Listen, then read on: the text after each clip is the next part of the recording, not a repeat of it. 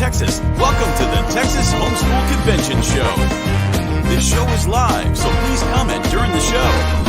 Each week, we empower today's homeschool families with invaluable resources. Texas HomeSchool Convention is more than a podcast show. We're a vibrant community, a gathering of people supporting one another in the incredible journey of raising the next generation of world changers. Now, grab a seat, get comfortable, and join families throughout the United States and around the world as we dive into today's conversation. Live from Texas is the Texas HomeSchool Conventions Show.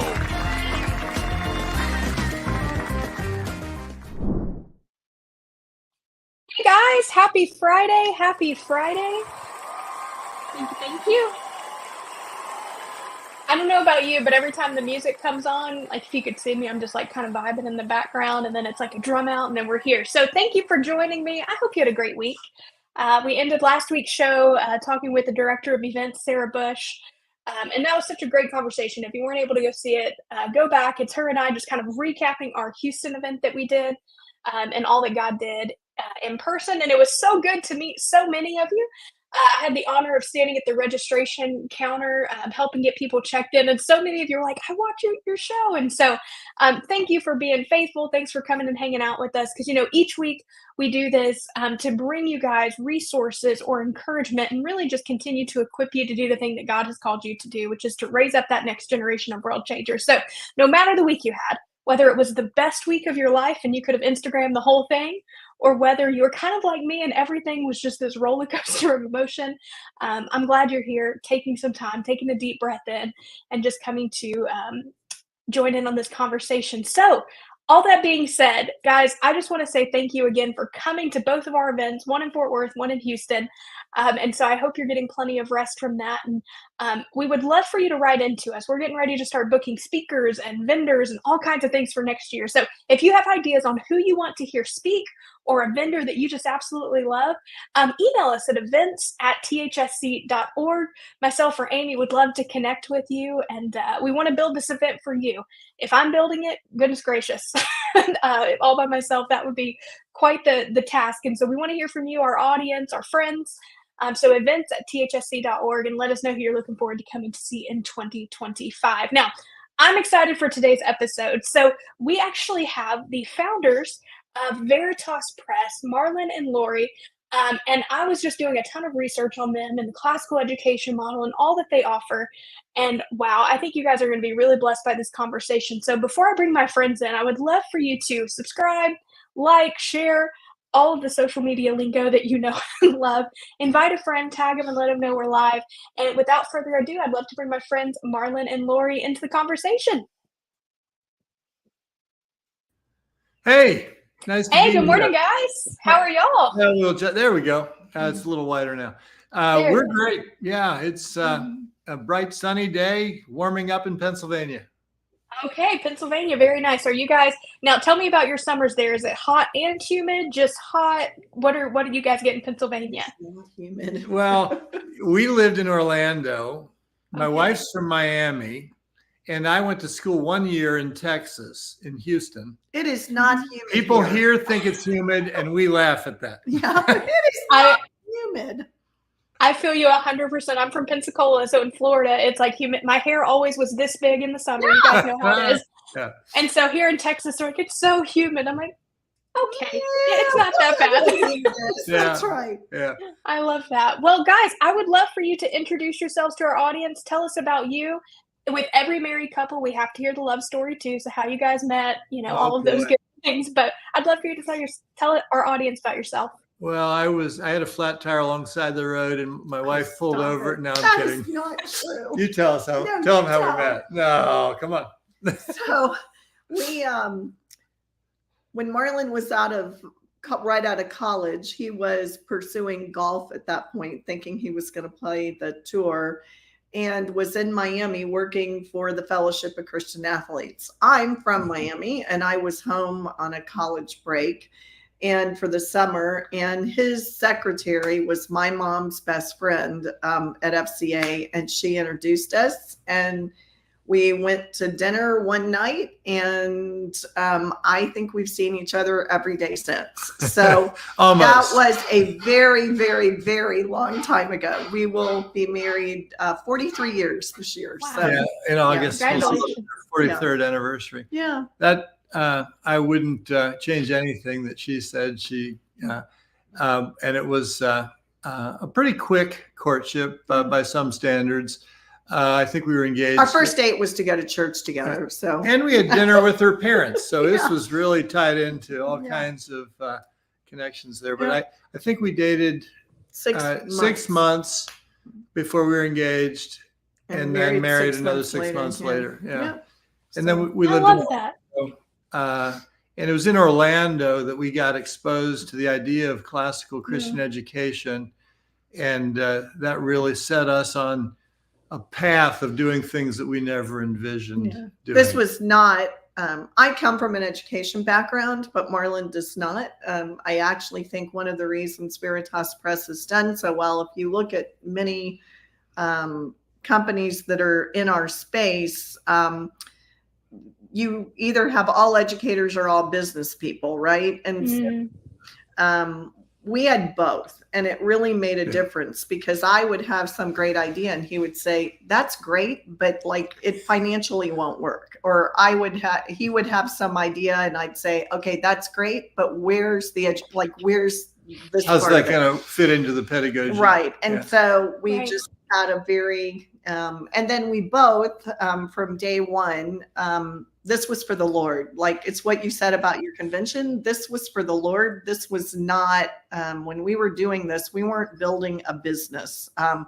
We were building this to help serve. We had a mission. Yeah. Families that were homeschooling, because we saw such, right when we started, I kind of laugh now. There are so many resources out there now, right? But when we were doing this, we're old. When we were doing this with our children, there was nothing. I mean, there was hardly anything. And so we were trying to provide something that people desperately, particularly in the classical ed space, there was nothing. And Veritas Press started in 1996, but our first catalog, our real start with a lot of publicity was in 1998. And then let's see, 2005, I think, was the first year that we did online classes. So we've been very early in a lot of processes. And that kind of leadership is sometimes fairly lonely, but we've not been bashful about that, because we've had a lot of good people working with us and a lot of confidence from those relationships to know that what we were doing made sense. That's so good. I love that. I'd love for us to go back and kind of set the stage of, could you tell our audience, like, what is the classical education model? Some people who are just not familiar with it, how would you sum it up? I'll start there, and then Laurie can clean up on it.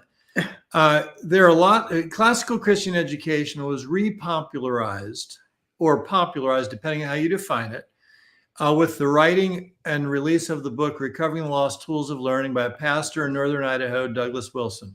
I highly recommend the book for anybody considering classical education. Became very popular very quickly. We got to know Doug. The book was 1991. We got involved in education, in classical education, in 1992. Taking an initiative to start the Geneva School then. This is before Veritas had started. And because it's gotten so popular, this is answering the question a little bit multifaceted, but because it's gotten so popular, a lot of people like the idea but wanted to twist it into something different. We're a bit more, what I would say, purist, in the sense that we believe what Dorothy Sayers wrote, which was called The Lost Tools of Learning, was originally a talk in 1947-48 in Oxford, at Oxford in England. And there she was lamenting that education would probably never be what it had once been, and talked about the trivium, grammar, dialectic, and rhetoric, and how those first three of the seven liberal arts coincided with how God made us to learn, especially children. That resonated in ways with both of us that so significantly, it's hard to overstate. And so the idea of Grammar being where kids are learning facts, they're learning who, what, where, and when, they're memorizing and that sort of thing, because that's what they love doing. Teaching with the grain is a phrase you'll hear us say often. But they grow a little older and they start to become argumentative, maybe more politely pert. And so we teach them how to think and how to argue, the logic or dialectic stage. And this is about ordered relationship then. So we might learn a lot of things. We might learn a whole timeline of history or a timeline of the scriptures. But now we're going to start talking about how these things relate within the timeline. And then finally, the last stage, rhetoric, which would be in the high school years. Now they have learned all this information. They've learned how to argue, but they start to care about how they're perceived. And so we're teaching them how to communicate winsomely and effectively in lots of different areas. So it's about effective communication, as a friend of mine liked to say, simply being rhetorically effective. Go ahead. So you did a good job. So that is the classical education that comes out of Recovering Lost Tools of Learning. It comes out of the Sayers essay. And there are lots of different branches and strains of it today, but we've remained, shall we say, true and purist to that resurgence in the early 90s. I love that. Now, were you both homeschooled, or was this something that just kind of came out of a passion for education? Well, first of all, I'm old enough. She's a little younger than me. Well, let's just leave it at that. But I'm old enough to have to ask the question, if back when I was in high school or younger, we would not have known what homeschooling was. I graduated from high school in 1974. I went to a public school and I got a lousy education. And I went to a private Christian school. I grew up in Miami, and public school was not an option for most people. And so I went to a private Christian school, and I actually vowed my children would never go to Christian school because I saw so many kids leave my high school and walk away from their faith. And so, and the reason that I felt like that was, and the thing that hit me with classical education was, children, we read things, we read the great books, right? And we talk about the great conversation. We would not have been allowed to do that at the Christian school that I went to, because it would have been considered pagan and it would have been considered something one should not do. And so what happened is, great, they go to school and then they go to college. They're going to secular colleges and they get out there and they've never had this conversation and they don't know what to do with it. And so I was just like, I don't want that for my children. But when we read Recovering the Lost Tools, it was like, oh my goodness, I want my children doing this while they're with me, while we can talk through these things with them, not when they go out into the world on their own. Yeah, And whether so they're talking about pagan philosophy or sexual immorality or a violent relationship, whether it be small and private, family to family, or nation to nation. We want them to learn to think biblically about everything. And so there's exposure involved in that in a meted setting, in a setting where the leader of that, the teacher or the parent, is leading them through to think biblically. We have a curriculum called the Omnibus Curriculum, which has really been very popular in that regard. And when somebody asks me, you're reading books from theology and history and literature, you're reading the Bible from the beginning to the present, scripture being one of the most significant. What do you learn from the Omnibus? And the simple answer is, we want to teach our students to think biblically about everything. Yeah. I love that. You don't put them in a bubble spiritually and just keep them in, but you engage them. It won't work. No, and it won't work. I used to be on the phone with parents a lot. Now I got to talk to a parent earlier today, and I love it when I get to do that. But they'll say, I don't think my students should be reading this, and I'll say, have you read? I'll often ask the question, you read the Old Testament recently? Because if you have, it's dicier than what they're reading over here. Right. So, obviously I believe there's age appropriateness to things, but now is the time when they're in your home, when you get to have these discussions with them around the dinner table, because I don't believe education, and I for sure don't believe homeschooling is a set of hours that oh, well, this is when we do our school. It's a lifestyle. It's, Right. you know, God's called us to raise up our children, train them unto the Lord.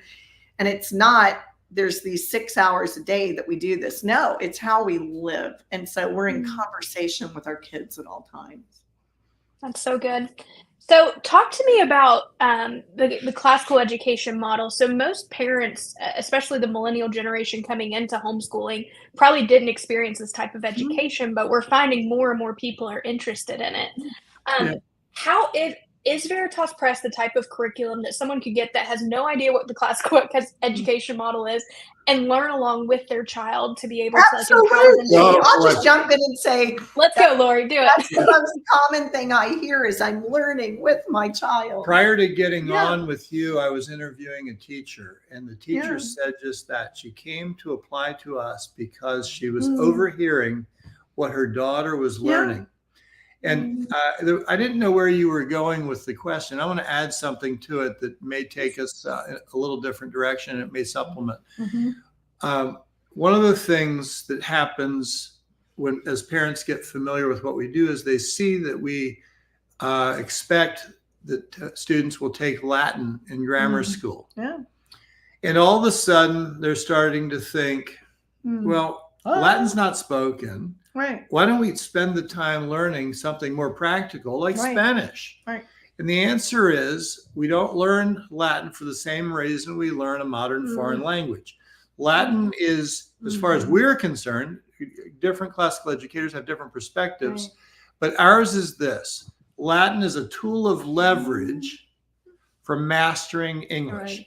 Many of the words that we use, Romance languages. well, it's that too, but first and foremost, it's a tool of leverage for mastering English. When we master English with vocabulary, and many of our words come from Latin, so using the roots of Latin, we learn lots of words that we've never encountered before. That then puts us in a position. There's so many directions I could take this, but I'm focused on, one aspect, and that is better readers, better communicators. Once they've done that, they become better they master their language.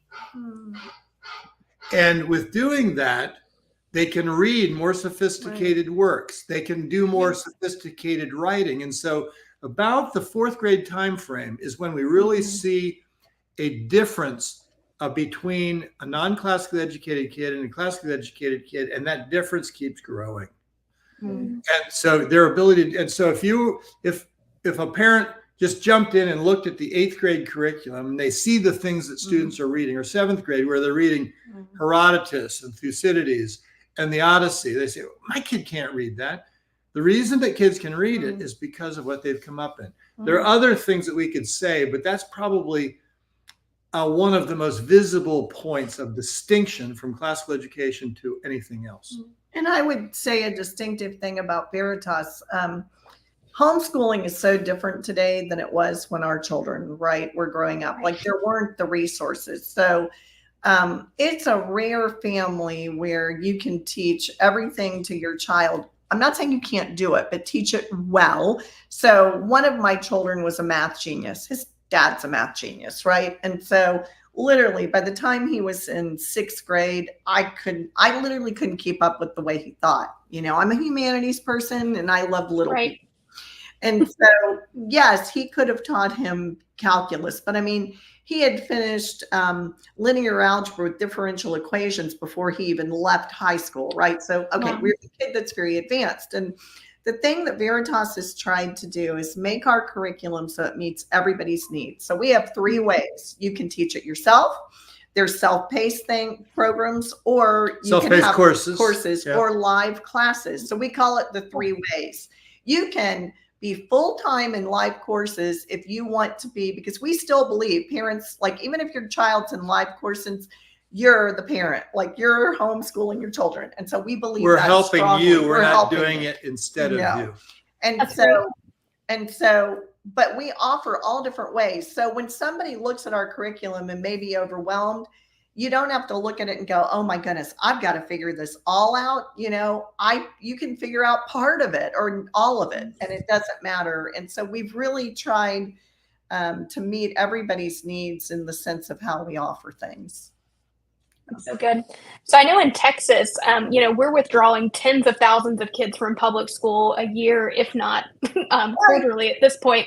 And it's exciting because homeschool is just booming and people are finding there's different alternatives. So I know that Marlon, you had mentioned, if you come in and start looking at our 8th grade curriculum and they're reading books that are well above, is there a way for parents who say, I have a 5th grader, I have a 6th grader, and I love classical education, but they didn't grow up from kindergarten in it? What does Veritas offer? I'm sorry I cut you off. Far more of our students come in somewhere after, and sometimes well after kindergarten. We have on our website a place to sign up for a free consultation. We have 2 categories of people. One is the family consultants who handle those consultations. And then another level of people called academic advisors who, when somebody decides to sign up for classes and wants to be guided every step of the way, if they're in our program at a certain level, they get turned over to an academic advisor. So a starting point with regard to what you're saying is to sign up for a free consultation with family consultants, and they will devise a program that gets them from where they are to where they want and need to be. I was just on with the reason I was on with the mom, one of our family consultants. I have a special education background, so every once in a while I get pulled in.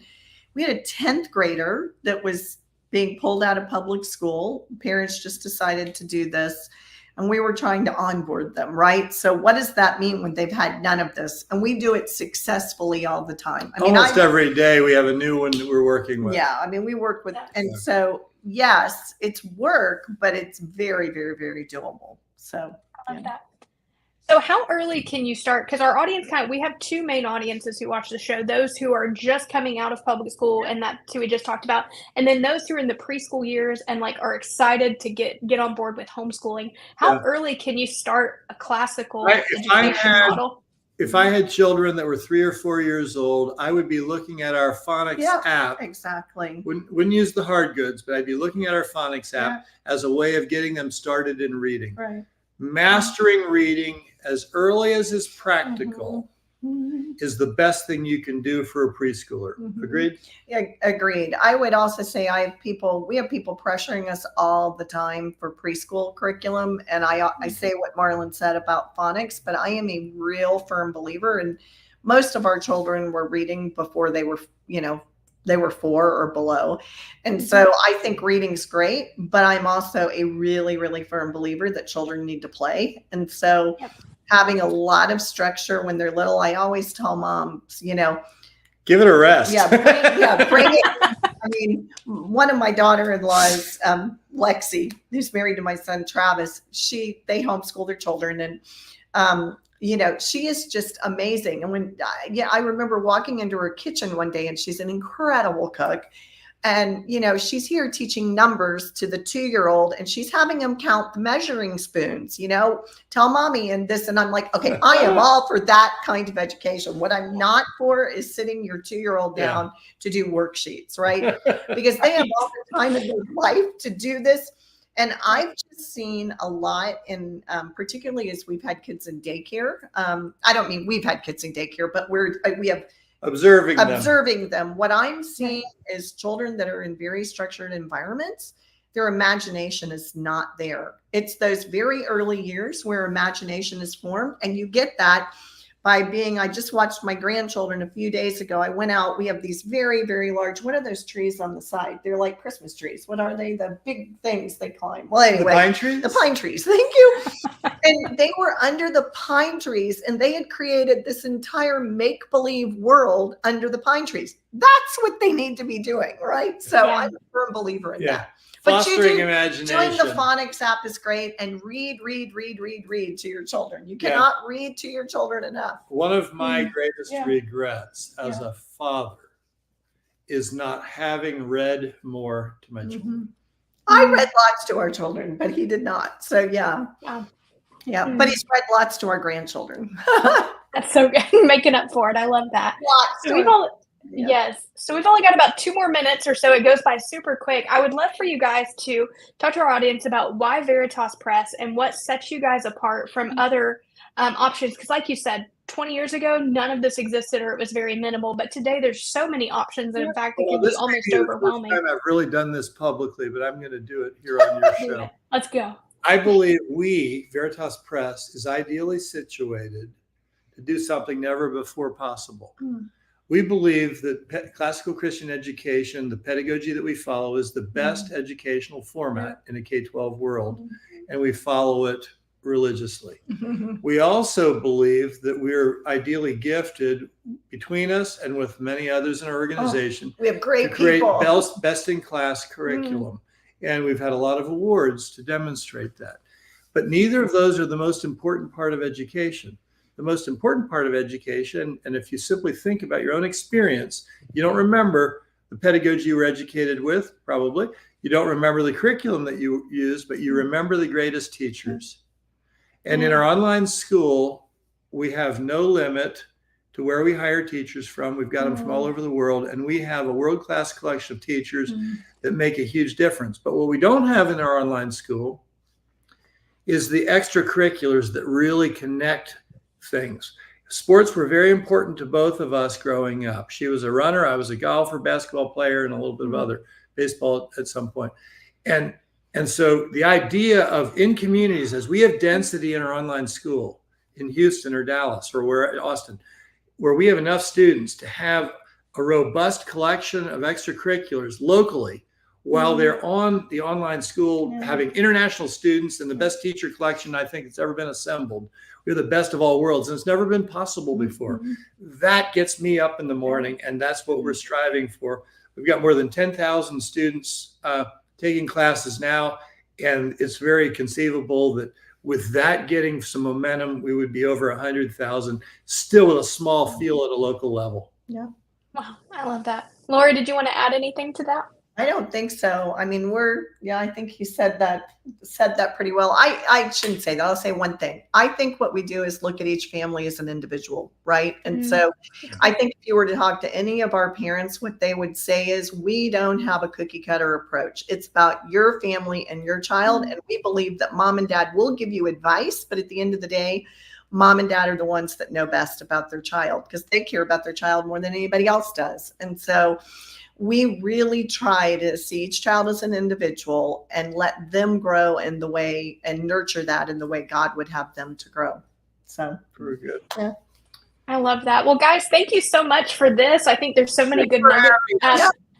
Of course. And guys, if you're watching, make sure to go check out Veritas Press. Tons of resources. I spent probably 30 minutes on your website, and I don't even feel like I hit a dent in all that you guys offer. So make sure to check them out. And Marlon and Lori, we will see you guys next time. Thank you so much. Thank you so much. Bye-bye. Awesome. Well, great conversation as always. If you have not yet, go check out veritaspress.com.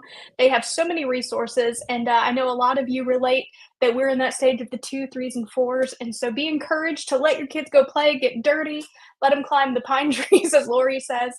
And then when you're ready to start digging into education models, make sure to check out Veritas Press and all that they're doing. And I love what he said multiple times. They're purist about this. And I think that it's a safe place. It's a great place to go and shop curriculum, and Veritas Press is a great sponsor of the Texas HomeSchool Conventions, and so we appreciate them very much. All right, guys, that was our show this week. As always, I just pray you have a blessed weekend and week. No matter if you're in a mountaintop season where everything is going amazing, or if the Lord's taking you on a roller coaster, I just pray that your week would be blessed and that you would find peace in all that you're doing, and continue to be encouraged that you are doing the right thing. If it's in a season where all is going well, I'm thankful for that. If not, email us in at events@thsc.org. We love praying for you guys. We love meeting you, and we would love to hear from you. Thank you, John, and the Spirit Media team for making this show possible. Make sure you subscribe so you can keep up with shows in the future, and we will see you next time. Bye, everybody. Thank you for joining us on this week's episode of the Texas HomeSchool Convention Show. We hope you are leaving encouraged, equipped, and empowered to take on this week as an intentional parent. Be sure to subscribe on YouTube and never miss an episode. No matter where you are in your journey, we are here to support you. Make sure to check out our website at conventions.thsc.org. Come join our community. Did you know that we host in-person conventions each year in Texas? Join us in Fort Worth, Texas and Houston, Texas in 2024 as we celebrate 30 years of homeschooling freedom in Texas. Use code SHOW10 for a 10% discount on your convention tickets. This has been the Texas HomeSchool Convention Show. Have a request for who you'd like to be on our show? Email us at events@thsc.org and tell us more. We always love hearing from you. We will see you next week.